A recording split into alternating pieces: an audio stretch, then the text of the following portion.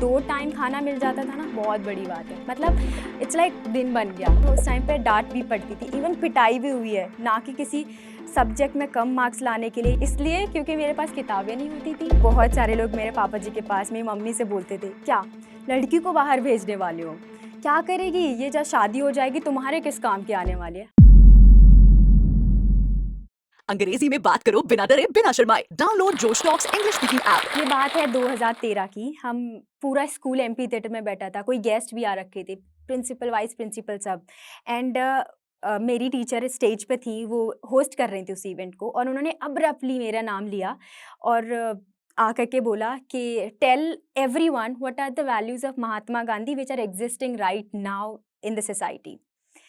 पहली बात तो इतना बड़ा क्वेश्चन, वो भी इंग्लिश में, बिल्कुल भी नहीं। मैं तो एकदम से डर गई। वहाँ स्टेज तक पहुँचते पहुँचते, मतलब मेरे सीट से और पोडियम के बीच का जो डिस्टेंस था, मैं ऐसे काँपती काँपती वहाँ पहुँची। पहुँच तो गई, बट मैंने सिर्फ एक शब्द बोला, महात्मा गांधी, और आगे मुझे कुछ नहीं याद है मैंने क्या बोला। एंड एवरीवन स्टार्टेड लाफिंग, सब लोग बहुत तेज तेज से हंसे। एंड मैं फिर आगे बोल भी नहीं पाई, गर्दन नीचे की, वापस अपनी सीट पे आके बैठ गई। आसपास भी नहीं देखा कौन बैठा है। इतना ज़्यादा एम्बैरेसमेंट फ़ील हो रहा था, मुझे लग रहा था मैंने कुछ तो ब्लंडर्स किया है, मतलब कुछ बहुत बड़ी मिस्टेक करी है। मैं लगभग 3-4 दिन तक मैं किसी से बोली तक नहीं थी। मैं हमेशा बस ऐसे अपने आप में रहने लगी थी, बट मैंने अंदर-अंदर ठान लिया था कि मुझे अब तो अपनी इंग्लिश अच्छी करनी है, मतलब करना है, और मुझे एक दिन उन्हीं टीचर की तरह बोलना है, स्टेज पर जाकर के, वो भी कॉन्फिडेंस के साथ। मैं एक गाँव से हूँ जो कि आगरा में है, हिरनेर नाम है मेरे गाँव का। मेरे परिवार में 7 लोग हैं।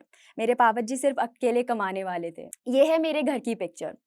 इसे देख के बहुत सारे लोगों को लगा होगा कि ये कोई फेक या कुछ है। नहीं, ये रियल मैं हूँ, ये मेरा घर है। एंड मैं शुरू करती हूँ 2012 से, थोड़ा टाइम पहले की, लगभग 2010। उस वक़्त हमारे घर में, जैसा मैंने बताया, सिर्फ़ पापा जी थे जो काम करने वाले थे, उनकी वजह से घर चलता था। हमारी फ़ाइनेंशियल स्थिति इतनी अच्छी नहीं थी कि हम किसी बड़े स्कूल में पढ़ पाते, तो गाँव में एक स्कूल था, जो लिटरली में, जहाँ पे छप्पर था हमारे क्लासरूम में। एंड उसमें एडमिशन कराया मैं और मेरा भाई at the same time. And जब हम वहाँ पे स्कूल गए, बहुत ज़्यादा हार्डशिप्स होते थे, क्योंकि हमारे पास सेपरेट बुक्स नहीं हो पाते थे, जो कि मैं और मेरा भाई सेम क्लास में थे। तो हमारे पास, हमें काफ़ी उस टाइम पे डांट भी पड़ती थी, इवन पिटाई भी हुई है, ना कि किसी सब्जेक्ट में कम मार्क्स लाने के लिए या पढ़ाई में बुरे होने के लिए, कभी नहीं। इसलिए क्योंकि मेरे पास किताबें नहीं होती थी, मैं पेन पेंसिल की इतनी कमी होती थी कि हमेशा होते ही नहीं थे ज़्यादा टाइम। एंड मैं काफ़ी लेट पहुँचती थी, क्योंकि मैं घर में मम्मी का थोड़ा हाथ बटाती थी। हमारे यहाँ पे पानी की बहुत प्रॉब्लम थी, तो थोड़ा दूर से लाना पड़ता था, तो वो करना पड़ जाता था। और जब तक मैं, बाकी के बहन-भाई को स्कूल भेज देते थे, और जब तक मैं पहुँचती थी तो लेट हो जाता। टीचर बाहर क्लास से खड़ा करके 2-4 डंडे लगाते, बिठा देते। इनफैक्ट सर्दियों में भी कई बार ऐसा हुआ था कि बिना शूज़ के मैं स्कूल गई हूँ। एंड इसी वजह से सब लोग मेरा मज़ाक बनाते थे, और बहुत कम दोस्तों की संगति में रह पाती थी इस वजह से। और जब मैं स्कूल से वापस आ रही होती थी, सड़क और मेरे घर, जो मेरे स्कूल से घर के बीच में जो रास्ता होता था, या फिर जब मैं मूवी देख रही होती थी, उस वक़्त मैं हमेशा सोचती थी कि वो जो काँच वाली बड़ी-बड़ी बिल्डिंग्स में, वो जो एक पावरफुल सी एक वुमन बैठी होती थी, एंड आई वाज़ लाइक, मुझे भी एक दिन वहाँ बैठना है, मुझे भी कुछ ऐसा करना है। बट सच में मुझे नहीं पता था वो कैसे करना है और कैसे जाना है वहाँ पर। मेरे पापा जी एक फैक्ट्री में काम करते थे, उनके एक कोवर्कर थे, उन्होंने बताया कि एक विद्या ज्ञान नाम का इंस्टीट्यूट है, जो कि बच्चों की फाइनेंशियल हेल्प करता है, उन्हें 6 टू 12th एजुकेशन देने में, पूरा फुल्ली फंडेड। पहले तो बहुत अनरियलिस्टिक लगा, बट देन पापा जी ने बस एक अच्छा सा चांस लिया और वो शुरू हो गए। वो साइकिल से डेली जाते थे, अपना ऑफ, मतलब जो भी काम करते थे वो छोड़ करके हमारे लिए पूरा, क्योंकि वो पहला टाइम था जब हमारा कभी कोई प्रॉपर डॉक्यूमेंटेशन हुआ था, उसके लिए, हमारी पढ़ाई के लिए सारी बुक्स लाके घर पे रख दी थी। मैं और मेरा भाई लगातार पढ़ते थे। लगभग 5-6 महीने हम लोगों ने ऐसे पढ़ा कि ना तो हम किसी शादी में गए, ना कभी किसी रिश्तेदार से मिले, और ना ही हम लोगों ने कभी अपने दोस्त, जैसे कि बताया दोस्त ज़्यादा थे नहीं, बट स्टिल हम मिले भी नहीं, जो भी थे उनसे भी। और उस टाइम पे हमारे यहाँ पे इलेक्ट्रिसिटी का बहुत इश्यू रहता था, मतलब इतना सारे टाइम के लिए बस इलेक्ट्रिसिटी आती थी।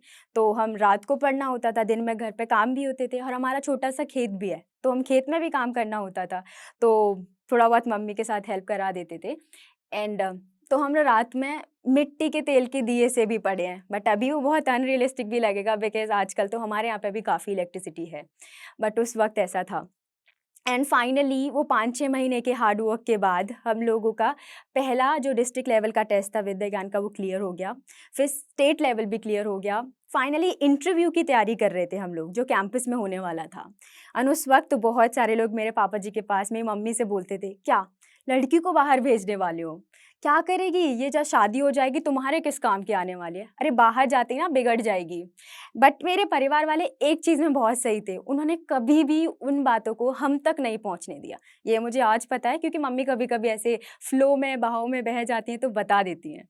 तो ऐसे पता लाइक उन्हें बहुत कुछ बोला गया बट उन्होंने नहीं माना and finally we got into Vidya Gyan, मैं और मेरा भाई दोनों 2012 में 6th ग्रेड में हमारा एडमिशन हुआ था। जब मैं विद्या ज्ञान पहुँची, एकदम 360 डिग्री वाला बहुत बड़ा वाला चेंज था क्योंकि हमारे यहाँ पे जो माहौल होता है वो बहुत नॉर्मलाइज्ड होता है। वहाँ पे इतने सोफिस्टिकेटेड, इतने वेल एजुकेटेड लोग थे जिन्हें हर एक चीज़ के बारे में जानकारी थी। इनफैक्ट मेरे क्लासमेट्स भी थे जिन्हें बहुत सारी इन्फॉर्मेशन थी और मैं एकदम डम थी। मुझे पता भी नहीं था बहुत सारी चीज़ों के बारे में। इनफैक्ट इतना नहीं पता था कि 12th में कौन-सी स्ट्रीम लूँगी मैं, बिल्कुल भी नहीं पता था। एंड वहाँ पे खाना, हमारे यहाँ पे 2 टाइम खाना मिल जाता था ना, बहुत बड़ी बात है। मतलब इट्स लाइक दिन बन गया और वहाँ पे 5 बार मिलता था। मुझे तो सपना लगता था कि यार लिटरली मैं मेरे पास 3 जोड़ी शूज़, 1 जोड़ी फ्लोटर और चप्पलें अलग। मतलब मैं तो एकदम जन्नत टाइप का फ़ील करती थी। मेरी खुद की अलग किताबें थी।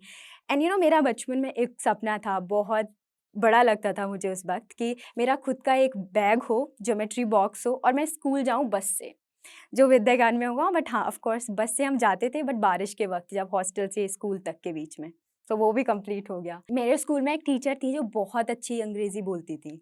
मैं ना जब भी सुनती थी मैं हमेशा बोलती थी मैं इनकी तरह बोलूँगी और ये वही दिन था जो मैंने आपको शुरुआत में बताया कि मुझे अब्रप्टली बुला लिया गया था। एंड बस एक तो एम्बैरेसमेंट, ऊपर से मेरी फ़ेवरेट टीचर, दोनों एक तरह से सेम टाइम पे अटैक हुआ एंड बस मैंने दिल पे ले लिया, बिल्कुल बुरी तरह से। मैंने अपने इंग्लिश टीचर की हर एक बात को फ़ॉलो करना शुरू किया। मतलब चाहे वो ये भी बोलते थे ना, आज ये सिर्फ़ 2 लाइन पढ़ना है, तो मैं 2 ही लाइन पढ़ के आती थी। मतलब मैं बिल्कुल रिलीजियसली फ़ॉलो कर रही थी उनको।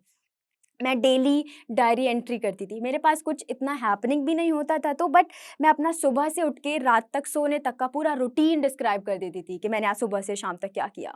बोलने के लिए मैं क्लास में, मेरे ज़्यादा दोस्त नहीं बन पाए थे उस वक़्त भी, क्योंकि इंग्लिश ना कभी-कभी आपका एक ऑरा भी होती है। कभी-कभी ना कम्युनिकेशन कितना अच्छा कर पाते हो आप, वो आपको दोस्त भी बनाने में हेल्प करता है एंड जो कि मेरे पास 0% था, तो मेरे कोई दोस्त भी नहीं थे। तो मैं जल्दी क्लास से निकलती थी, रास्ते में बहुत सारे पेड़ मिलते थे। मैं उन्हें अपनी पूरी दुःख भरी कहानियाँ इंग्लिश में सुनाने की कोशिश करती थी ताकि मुझे, और मैं खुद आंसर भी खुद ही दे रही होती थी, मतलब नो वन एल्स। एंड जब भी मुझे खाली टाइम मिलता था, जैसे हमारा 2 से 4 बजे हमारा ब्रेक होता था, हॉस्टल में आते थे, तो मैं कॉमन वॉशरूम में जाकर के मिरर के सामने खड़े होके बस बोलना शुरू हो जाती थी। और जब भी कोई आता था थोड़ा-सा गुनगुना देती थी ताकि किसी को ना लगे कि मैं कुछ प्रैक्टिस कर रही थी। और रीडिंग, मैंने ऐसे पहले बुक्स रीड करना शुरू किया। इनिशियल 4-5 नॉवेल्स इतने मोटे-मोटे पढ़े, मुझे एक शब्द समझ नहीं आया। मुझे लगा मैंने क्या किया है? कुछ भी नहीं। बाकी के लोग उनकी स्टोरीज़ डिस्कस कर रहे हैं एंड आई वाज़ लाइक कर क्या रहे हो? और मैं उनसे दूर फिर से हो जाती थी क्योंकि मुझे लगता था कि शायद से मैं फिर से पार्ट नहीं ले पाऊँगी। बट मैंने वहाँ पे नहीं रोका, मैं कंटिन्यूअसली पढ़ती गई, पढ़ती गई। जैसे नैन्सी ड्रू सीरीज़ हुआ, फेमस 5, अगाथा क्रिस्टी, जो मिला मैंने वो पढ़ा। न्यूज़पेपर नहीं मिलता था कुछ, न्यूज़पेपर आर्टिकल्स पढ़ती थी। ऐसे करके लगभग मैं 1 साल तक रिलीजियसली ये रूटीन फ़ॉलो करती रही। यहाँ पे एक चीज़ सामने आती है कि हम लोग कितना भी प्रैक्टिस करें, लगभग मेरी वो 1 साल की मेहनत थी। बट मैं जब बाहर गई ना, मैं तब भी फंबल किया था बहुत सारा, एकदम ऐसे गलतियाँ भी की थी, बट मेरे जो साथ था उसने सँभाल लिया था। तो ऐसा नहीं होता है कि हम लोग प्रैक्टिस करें अपने आप में एंड जाके एक्सपर्ट्स बन जाते हैं, नहीं। वो तुम्हें पहले धीरे-धीरे बाहर निकलना पड़ता है, वो पहले प्रैक्टिस करना पड़ता है। चाहे हम दिमाग में हज़ारों बार सही होंगे, पर बाहर जाते वक़्त गलतियाँ होती हैं and it's very, very normal and accept करो। कभी देखा होगा, वेरी बेसिक एग्ज़ाम्पल, आप अपने दोस्तों में कितना अच्छा इंग्लिश बोलते हो, लिखते भी बहुत अच्छे होंगे, बट जब भी रेस्टोरेंट में जाओ, देखो ऑर्डर देने से भी डरते हो कि कहीं मैं राइट प्रोनंसिएशन कर पाऊँगी या नहीं, गलत तो नहीं हो जाएगा? मतलब ये बहुत सारे question, but it is very normal, take it really normal and practice, बस यही एक मंत्र है। जैसे-जैसे मेरा 12th खत्म हो रहा था, मेरी थोड़ी टेंशन बढ़ने लगी थी। घर से जब भी फ़ोन आता था, वो पूछते थे, "अब तो तुम्हारी जॉब लग जाएगी ना?" बट मैं कैसे बताती कि हमारा कंसेप्शन बहुत अलग था कि 12th के बाद ही लोग जॉब करने लग जाते हैं। उन्हें नहीं पता था कि कुछ ग्रेजुएशन भी होता है, बाकी की पढ़ाई भी होती है। तो मैंने उन्हें समझाया कि आगे भी पढ़ाई करनी होगी और उसके लिए खर्चा भी होगा। वो एकदम टेंशन में आ गए, कहने लगे हम अपनी ज़मीन बेच देंगे बट तुम्हें पढ़ा देंगे। और मुझे डर इसलिए लगता था क्योंकि, और टेंशन भी इसलिए होता था क्योंकि अभी भी मेरे पापा जी सेम फैक्ट्री में काम कर रहे थे और हम 7 मेंबर्स उन पर डिपेंडेंट थे एक तरह से। मेरा भाई भी मेरे साथ ही 12th करने वाला था, तो उसकी पढ़ाई भी थी। छोटे बहन-भाई थे जिन स्कूल भी था उस वक़्त। तो हमारी फाइनेंशियल स्थिति तो उतनी ही वैसी थी जैसे पहली थी, बट हाँ, एजुकेशन के मामले में हम थोड़ा-सा आगे बढ़ गए थे। तो मैंने ये घर वाला टेंशन अपने ऊपर लिया and then I still remember जब हम लोग कॉलेज एप्लीकेशंस फिल कर रहे थे तो मैं बोलती थी मेरे पास 5 दिन का डेडलाइन है, मुझे पैसे चाहिए एप्लीकेशन के लिए। वो बहुत छोटा अमाउंट होता था, 1000 2000। वो मेरे पास 4th डे आते थे, मतलब इतना लेट। तो मुझे वो थोड़ा सा लगता था कि बहुत अनस्टेबल है मेरे घर पे, अभी भी नहीं दे पाएंगे वो मुझे। तो मैंने सिर्फ फिर अपने टीचर्स को अप्रोच करना शुरू किया कि मुझे कुछ बजटेड कॉलेज दे दो ताकि मैं सिर्फ ग्रेजुएशन कर लूँ, या फिर मुझे कुछ स्कॉलरशिप्स के लिए अप्लाई करवा दो, या फिर मुझे कुछ ऐसी इंस्टीट्यूट्स बता दो जहाँ पे जो फंड्स दे दें मेरे आगे की एजुकेशन के लिए। बहुत टाइम हो गया, धीरे-धीरे ऑलमोस्ट मिड ऑफ 12th आ गया। टीचर्स ने फिर एक दिन मेरे टीचर ने बोला एक स्कॉलरशिप है वहाँ नहीं, बट वो बहुत डिफ़िकल्ट है उसमें लेना क्योंकि वो पूरी कंट्री से सिर्फ 50 बच्चों को सेलेक्ट करते हैं। तो मैंने कहा ठीक है, एक ट्रायल तो दे ही सकते हैं, क्या जाता है। मैंने एप्लीकेशन फॉर्म भरा, आगे उसका एक लेवल कंप्लीट हुआ, दूसरा इंटरव्यू भी कंप्लीट हो गया था। मेरा आई थिंक जो थर्ड इंटरव्यू भी, मतलब जो सेकंड इंटरव्यू था वो भी कंप्लीट हो गया था एंड वाइवा था मेरा इकोनॉमिक्स का उस दिन। एंड मैं वाइवा रूम के बाहर खड़ी थी, मेरे जो कोऑर्डिनेटर थे वहाँ स्कॉलरशिप के लिए वो आए एंड वो इतने गुस्से में थे, एकदम आके बोलते तुमने क्या किया था अपने इंटरव्यू में। एंड मैं तो एकदम शॉक हो गई, तुमने इतना भद्दा क्यों किया, तुमने जवाब दिए थे जो पूछे गए थे। मैं तो एकदम से डर गई, मेरे आंसू एकदम टप-टप गिरने लगे एंड देन ही सेड तुम्हारा वहाँ नहीं में सिलेक्शन हो गया है। बस, मैं वाइवा देने गई, मैं तब भी रो रही थी पर वो खुशी के आँसू से थोड़े से। व मैं वाइवा देने गई, मैंने उन्हें भी बता दिया, मतलब जो मेरे वाइवा टीचर थे कि आई गॉट इनटू वहानी। उन्हें कुछ समझ नहीं आया ज़्यादा, बट हाँ, मैं बहुत एक्साइटेड थी। जो मेरे आस-पास लोग खड़े थे मैंने उन्हें हग कर लिया, मुझे नहीं पता वो कौन-कौन थे आज भी। सो फिर मैं वापस आई, कम से कम मेरा एक टेंशन कम हो गया था। एंड ऐसे धीरे-धीरे होते हुए मेरा कॉलेज भी कंप्लीट हो गया, मैंने काफ़ी इंटर्नशिप्स करी, अपने लिए थोड़ा बहुत अनपेड, देन फिर पेड भी मिली एंड इनफैक्ट मैंने इंटर्नशिप किया था टीच फॉर इंडिया के साथ में, पीडब्ल्यूसी के साथ में। एंड फाइनली जब मेरा कॉलेज ख़त्म हो रहा था, थोड़ा-थोड़ा टेंशन बढ़ने लगा था कि आगे क्या करूँगी, मास्टर्स या जॉब, मास्टर्स या जॉब, वो बहुत टसल होता था। एंड जब मैंने घर पे वापस लुक देखा पीछे मुड़ के, रियलाइज़ हो गया था क्या करना है तुम्हें।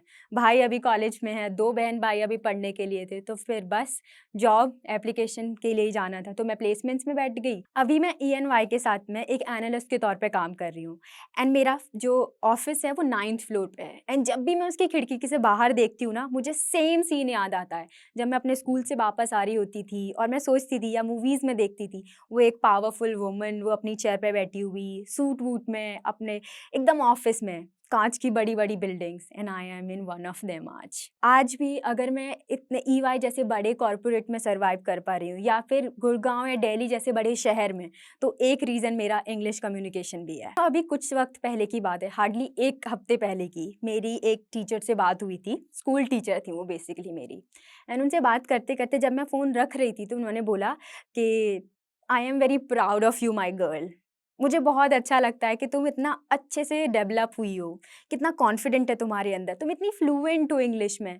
आई होप आगे भी ऐसे ही बढ़ती जाओ। एंड यू नो ये मेरी वही टीचर थी जिन्हें मैं स्टेज पे देख के बोलती थी, एक दिन मुझे ऐसे बोलना है एंड आज मैं वो बोल पाती हूँ। I hope anyone can do actually, I mean like every one of you whoever is sitting there can do this. Just एक डिटर्मिनेशन चाहिए, आपको एक रूटीन चाहिए जो आपको डेली फॉलो करना पड़ेगा। रीडिंग, राइटिंग, लिसनिंग, हर एक चीज़ अपने रूटीन में इंक्लूड करो एंड प्रैक्टिस करो जितना हो सके, अपने आप तक कन्फाइन मत करो। कोई अपना एक दोस्त ढूंढो जिससे आप हार्डली लाइक 20 मिनट्स या 30 मिनट्स सिर्फ और सिर्फ एक रूल बनाओ कि इंग्लिश में ही बात करेंगे। ऐसे करो, डेली डायरी एंट्री लिखो, कुछ भी लिखो, बकवास एकदम दिन के सिंपल सिंपल सेंटेंसेस में, वो भी चलेगा। And this is how you can actually develop the skills to learn, speak and write English.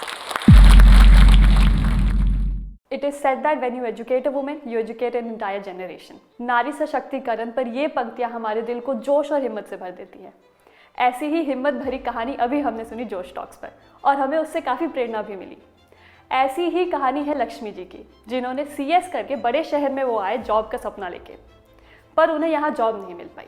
पर उन्होंने हिम्मत नहीं हारी, जोश के साथ उन्होंने कम्युनिकेशन स्किल्स पर काम किया और आज एक बड़ी कंपनी में वो काम कर रही हैं। लक्ष्मी जी की ही तरह कई स्टूडेंट्स जैसे कि वैशाली जी, नीला, प्रणाली, आरती और उषा जी ने मिलके जोश स्किल्स के साथ विभिन्न स्किल्स जैसे कि spoken English, communication skills, personality development, finance, business building सीख कर आज अपनी अलग पहचान बनाई है। आज ही अपने जैसे लाखों स्टूडेंट के साथ भारत के number 1 spoken English learning app जोश स्किल्स ऐप के साथ अपनी इंग्लिश लर्निंग जर्नी शुरू करें।